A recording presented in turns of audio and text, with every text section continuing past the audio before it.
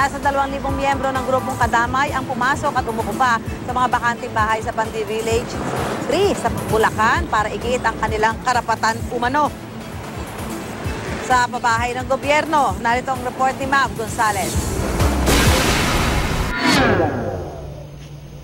Kahit may harang na backhoe, pinasok pa rin ng mga miyembro ng Kadamay ang Pandi Residences 3 sa Bulacan, alas 8:30 kagabi.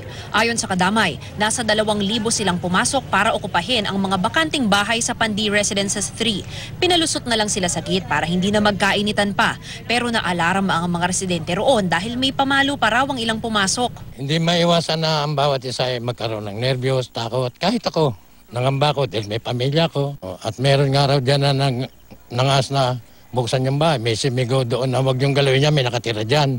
Sinaway naman ng mga kasamahan. Laking apekto sa mga tiga ritong namumuhay ng legal. Maski raw sila, ilang taon din bago nabigyan ng bahay rito. May mga proseso tayo na dapat nating sundin. Hindi yung basta na lang sila lumusob na mangunguha ng mga bahay na walang tao. O kahit may tao, pinapasok nila. Natatakot po ang mga tao dito na baka kako ang kasama dito ay naninira ay yung kasama nila baka magnanakaw kasi hindi nila maitimas ang mga tao dito kasama nila eh. Kahit kami, hindi namin alam kung sino yung mga kasama nila. Tahimik ang paninirahan po namin dito. Pinabulaanan naman ng leader ng Kadamay na may dala silang pamalo. Baka raw may mga nakikisama lang sa kanila at nanggugulo. Hindi po namin masasabing 100% ay lahat membro ng Kadamay. Dahil po dyan po sa gate na yan, hindi naman po yan membro ng Kadamay. Pwede pong makisama lang yan sa aming pagpasok. Base sa inspeksyon ng Kadamay, 615 ang bakanteng bahay sa Pandi Residences 3. Ito raw ang titirhan nila.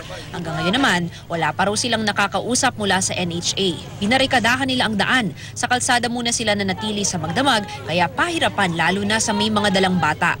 Si Rona, dala pa ang 3 buwan niyang sanggol. Sobrang mahirap po. Oo.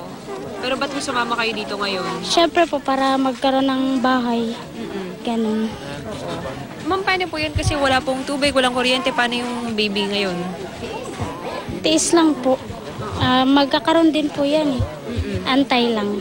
Bukod sa pagkain at tubig, halos wala ring dalang gamit ang mga pumunta rito. Hinihingi talaga namin sa mga sa NHA na maibigay na po sa amin kasi kami hirap kami na nangungupahan, na wala kaming bahay na sarili. Ang daming mga nakatengga lang dito na pwede na maipamigay.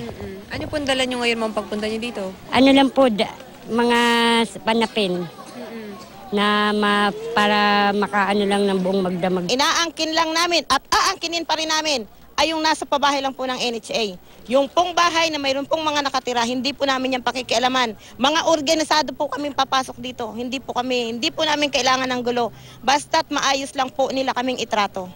May augmentation ang dumating mula sa Bulacan Police Provincial Office, bagamat pinaiiral naman ng pulisya ang maximum tolerance. Ang presence ng pulis, mag-monitor lang at kung may mga violenting action, saka po tayo lalapit dun sa kanila. At may hinantay din po kasi tayo na dialogue sa kanila. Inaasahan natin na doon na malaman natin kung ano yung mga issues and demands nila. Mav Gonzales, GMA News.